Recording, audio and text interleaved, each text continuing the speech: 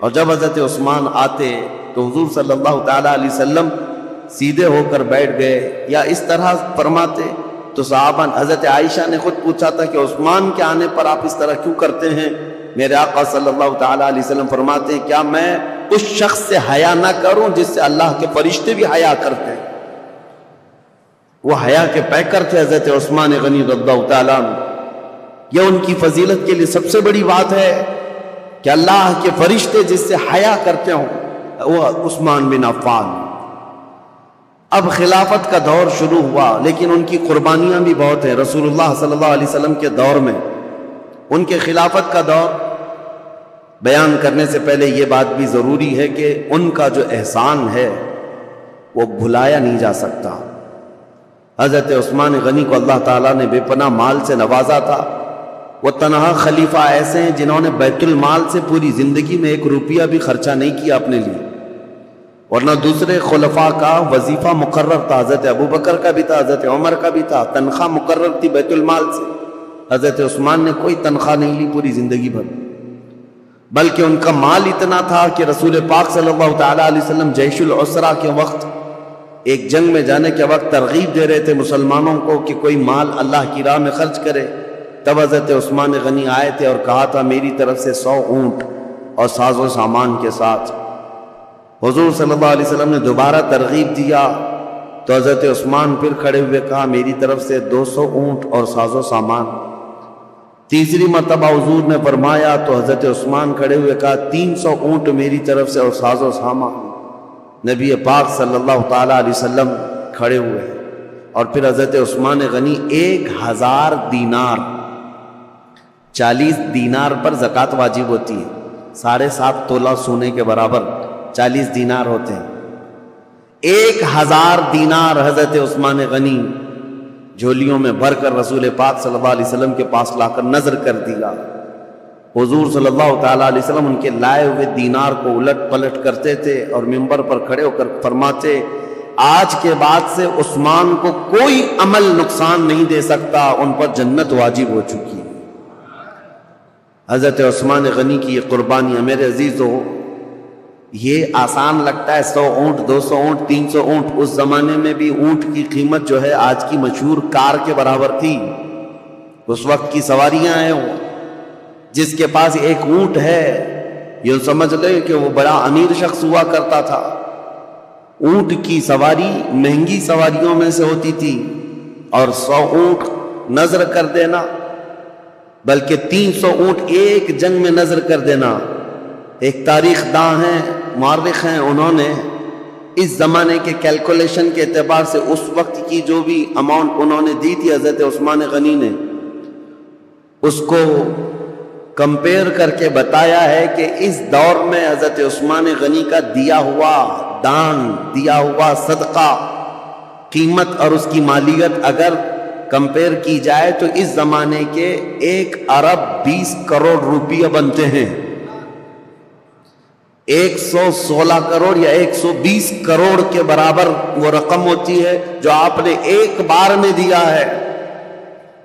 کون ہے جو اتنی خطیر اتنی بڑی رقم میرے مصطفیٰ کریم صلی اللہ علیہ وسلم کے ایک فرمان پر لا کر نظر کر دے؟ حضرت عثمان غنی رضی اللہ تعالیٰ عنہ یہ وہ شخص ہیں کہ جب مدینہ طیبہ میں تشریف لائے تو مسلمانوں کے لیے میٹھے پانی کا ایک ہی کنواں تھا، وہ یہودی کے قبضے میں تھا اور وہ پیسوں سے بیچتا تھا۔ حضرت عثمان غنی رضی اللہ تعالیٰ عنہ نے حضور صلی اللہ علیہ وسلم کے اس فرمان پر کہ کون ہے جو یہ کنواں مسلمانوں کے لیے خریدے تو اس کے لیے جنت واجب ہے، جنت کی نہر اس کے لیے، اپنے مال خاص سے اس کنویں کو خریدا حضرت عثمان غنی نے اور ہمیشہ کے لیے وقف کیا۔ بیر روما وہ کنواں آج بھی مدینے میں ہے اور پانی سے لبالب بھرا بھی ہے۔ مدینے والوں کے لیے پانی کا سب سے پہلے انتظام کرنے والے عثمان بن عفان ہیں۔ ان کے علاوہ مدینے کی تجارت کا جو سامان ہوا کرتا بازار میں، یہودی پورے مارکیٹ پر قبضہ کیے ہوئے رہتے تھے، باہر سے آتے تجارت کرتے اور پیسہ بہت زیادہ لے کر جاتے۔ حضرت عثمان غنی نے پورے بازار کو کیپچر کر لیا۔ یہودی تجارت کے قافلے کو مدینہ آنے سے پہلے ہی روک لیتے تھے اور پورا مال خرید لیتے تھے۔ اور مدینہ طیبہ میں لا کر 10 گنا زیادہ قیمتوں پر وہ مال بیچتے تھے۔ حضرت عثمان غنی اس طرح تجارت کے قافلے خود ہی 2 منزلیں پہلے ہی جا کر کے پورا قافلہ خریدنے لگ گئے، خرید کر کے مدینے آتے اور یہودی پوچھتے عثمان یہ مال ہمارے ہاتھ بیچ دو۔ حضرت عثمان نے پوچھا ایک بار کتنا تم بڑھا کر کے دو گے؟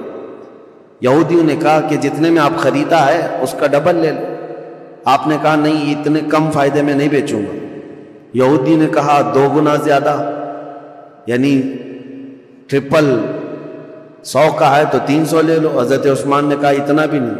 یہودی بڑھاتے گئے، کہا 5 گنا زیادہ میں دے دو۔ حضرت عثمان نے کہا اتنے میں بھی نہیں بیچوں گا۔ یہاں تک کہ بات کرتے کرتے یہودیوں نے 10 گنا تک بڑھا دیا کہ اتنے میں مال بیچ دو، 100 میں خریدا ہے تو 1000 میں دے دو۔ اس سے زیادہ چیلنج کرتے ہیں ہم کہ تم سے یہ مال کوئی نہیں خرید سکے گا، نفع میں ہو بیچ دو۔ حضرت عثمان نے کہا نہ، مجھے اس سے زیادہ نفع چاہیے، اگر خرید سکتے ہو تو بتاؤ۔ یہودی عاجز آ گئے، 10 گنا زیادہ میں خریدنے پر بھی وہ نہیں دے رہے ہیں۔ دوسرے دن سب جب چلے گئے، کہا کہ ہم نہیں خریدیں گے تمہارے مال کو۔ حضرت عثمان غنی مدینہ طیبہ میں ایک میدان میں پورا غلہ اناج اور قافلے کا تجارت کا سامان سب اتارتے ہیں، اہل مدینہ کو آواز دیتے ہیں جس کو جو ضرورت ہے، جتنی ضرورت ہے وہ اس مال سے لے جا سکتا ہے۔ انفاق فی سبیل اللہ، جتنوں کو ضرورت تھی سبوں نے مال لے لیا۔ یہودی آئے اور پوچھا کہ کیا عثمان تم نے مال بیچ دیا؟ کہا ہاں۔ کتنے نفع میں؟ کہا میرے رب کے ہاتھ میں 70 گنا زیادہ نفع میں بیچ دیا، کیونکہ اللہ تعالیٰ نے فرمایا ہے کہ جو اللہ رب العزت کی راہ میں ایک خرچ کرے اللہ تعالیٰ اس کو 70 گنا زیادہ عطا کرتا ہے۔ میں نے بہت بڑا سودا کیا جو تمہاری حیثیت نہیں ہے دینے کی۔ یہ عثمان ابن عفان ہیں۔ اب آئیں، یہ خصائل اور یہ اوصاف حمیدہ ان کے سنانے بہت ضروری تھے۔ اس کی وجہ کیا ہے کہ بعد میں آنے والے حالات اس پر آپ کی نظر ہونی چاہیے کہ حضرت عثمان غنی کا تذکرہ ہو رہا ہے تو ایک عام آدمی کا ذکر نہیں ہو رہا ہے۔ ان کے اپنے کمالات ہیں، ان کی خصلتیں ہیں، ان کی بہت ساری ان کی اسپیشلٹی، یہ سب چیزیں معلوم ہونی چاہیے۔ اب آگے چلتے ہم دور عثمانی پر۔ حضرت عثمان غنی رضی اللہ تعالیٰ عنہ جیسے ہی خلافت کے منبر پر کھڑے ہوئے، آپ کے لیے بڑے چیلنجز تھے۔ پہلا خطبہ آپ نے جو دیا وہ خطبہ یہ تھا کہ آپ نے اللہ اس کے رسول کے احکامات کی تعلیم اور تلقین کی اور اللہ سے ڈرایا لوگوں کو، اس کے بعد بول نہ سکے، کپ کپی آئی جسم میں، اور کہا کہ اے لوگوں، کسی بھی آدمی کے لیے پہلی مرتبہ گھوڑے پر سوار ہونا بہت مشکل ہوتا ہے۔ پہلی مرتبہ گھوڑے پر سوار ہونا بہت مشکل ہوتا ہے اور وہ سواری نہیں کر پاتا۔ مجھے تم سبوں نے اس خلافت کے بوجھ پر یا خلافت کے تخت پر سوار کر دیا ہے۔ اور رہی بات خطبہ دینے کی، میرے پورے خاندان میں کوئی خطیب نہیں ہے، جیسی جیسی ذمہ داریاں آئیں گی میں خطبہ دے دوں گا۔ آج کے لیے اتنا ہی کافی ہے، اللہ کے فرائض پر عمل کرو، رسول اللہ کی سنتوں پر چلو، یہ کہہ کر کے آپ اتر آئے۔ اب دیکھیں چیلنجز کیا کیا تھے آپ کے زمانے میں جن سے آپ کو فیس کرنا تھا۔ سب سے پہلا دن تھا خلافت کا، تبھی آپ کے متعلق یہ بات آئی کہ حضرت عمر کے ایک بیٹے تھے عبید اللہ، حضرت عمر ابن خطاب فاروق اعظم کے بیٹے عبید اللہ۔ ہوا یہ تھا کہ حضرت عمر کو جس نے شہید کیا وہ ابو لولو فیروز مجوسی، وہ تو خود تلوار سے اپنے آپ کو مار کر مر گیا، خودکشی کی۔ لیکن حضرت عبید اللہ کو یہ شک تھا کہ اس کے ساتھ اور بھی لوگ تھے، تو 2 لوگوں کو انہوں نے پکڑ لیا جو 2 باہر سے آئے ہوئے تھے، اور اس شک میں حضرت عبید اللہ نے وہ دونوں کو بھی قتل کر ڈالا کہ میرے باپ کے قاتل ہیں۔ حضرت عمر کے قتل میں منصوبوں میں یہ شریک تھے، کیونکہ اس دن فجر کی نماز کی پہلی صف میں وہ 2 لوگ بھی موجود تھے۔ حضرت عبید اللہ نے قتل کر دیا دونوں، لیکن یہ مقدمہ حضرت عثمان کے پاس آیا کہ عبید اللہ نے جن کو قتل کیا وہ صرف شک کی بنیاد پر، حضرت عمر کے وہ قاتل نہیں۔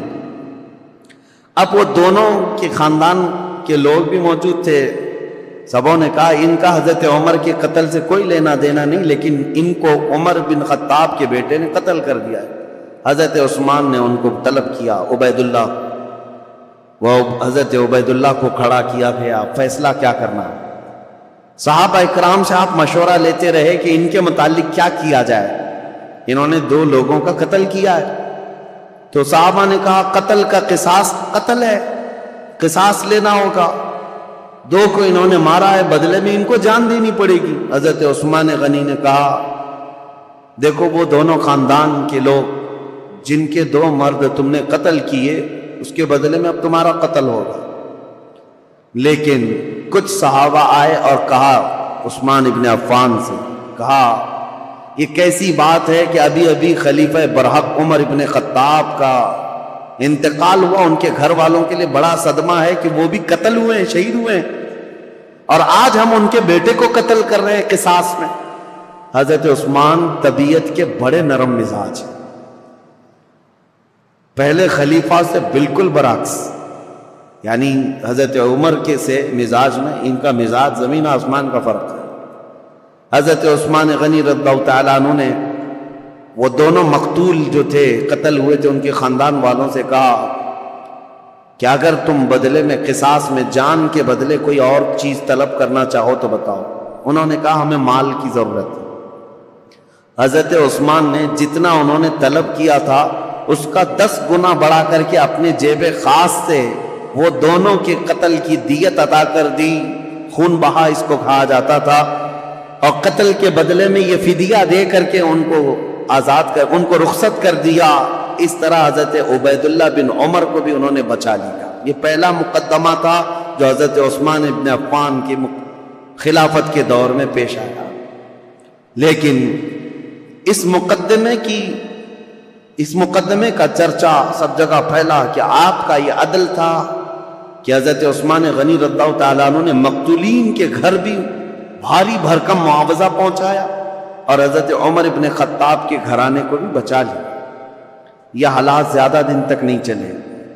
بہرحال اب مجھے یہ بتانا ضروری ہے کہ حضرت عثمان ابن عفان رضی اللہ تعالیٰ عنہ طبیعت کے نرم مزاج تھے۔ جب آپ خلافت پر بیٹھے تھے اس وقت تو آپ کی عمر 70 سال کے قریب تھی۔ حضرت عثمان غنی رضی اللہ تعالیٰ عنہ 70 سے اوپر تھی۔ 70 سال کی عمر کے بعد آپ کو خلافت پر فائز کیا گیا ہے۔ آپ نے اپنے دور میں جو فوجیں بھیجی اور بہت سارے جو ممالک اسلامیہ یعنی دوسرے ممالک جو اسلام میں آئے ان کی بھی ایک لمبی فہرست ہے۔ پہلا تو یہ ہے کہ حضرت عثمان ابن عفان رضی اللہ تعالیٰ عنہ کے دور میں اسپین جو اس زمانے میں اندلس کہا جاتا تھا، آج کا اسپین، یا حضرت عثمان غنی کے دور میں فتح ہوا، اور اسلامی فوجوں میں سب سے پہلے فوجیں پہلے میدان میں اتر کر کے لڑتی تھیں۔ لمبا سفر کیا ہے صحابہ نے۔ امیر معاویہ رضی اللہ تعالیٰ عنہ جو ملک شام کے گورنر تھے، حضرت عمر کے زمانے سے چل رہے تھے، حضرت امیر معاویہ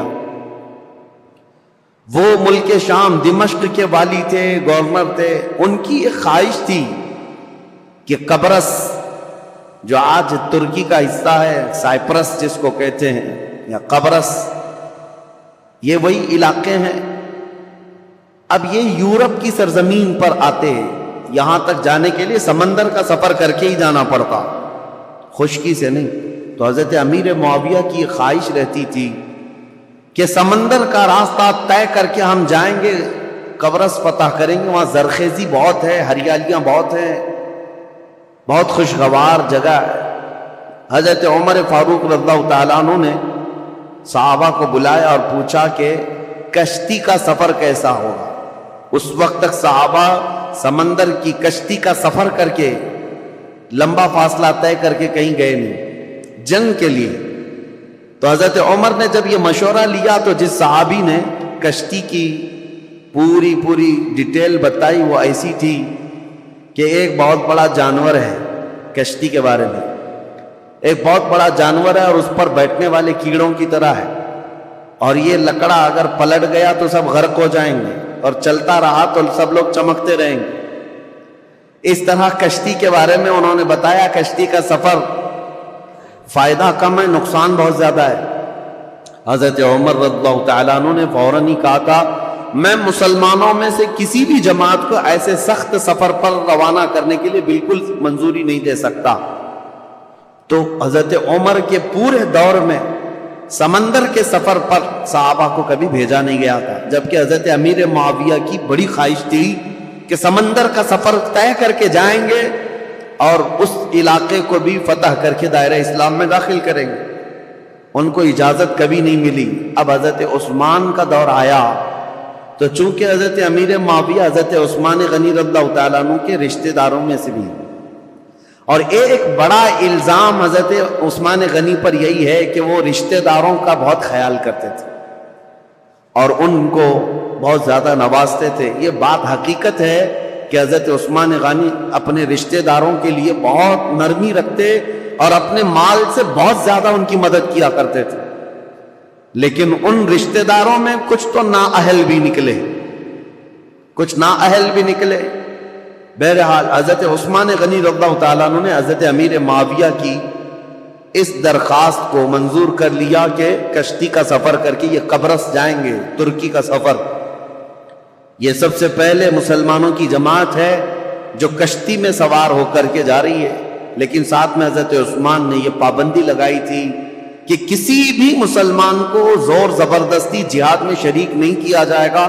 جس کی مرضی ہوگی وہ امیر معاویہ کی عمارت میں ان کی سپہ سالاری میں جا سکتا ہے.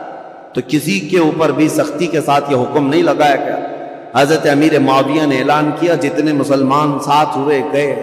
لیکن قبرص کے علاقے کے لوگ، سائپرس کے لوگ ٹھنڈے مزاج کے لوگ تھے، وہ جنگ اور جدال کو پسند کرنے والے لوگ نہیں تھے. انہوں نے بغیر جنگ کے اپنا سارا علاقہ حضرت امیر معاویہ کے حوالے کر دیا.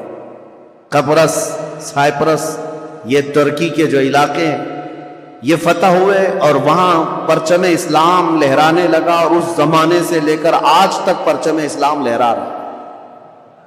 سمندر کے باہر اسلامی فوجیں جو پہنچیں سمندر کو کراس کر کے، یہ حضرت عثمان غنی کے دور میں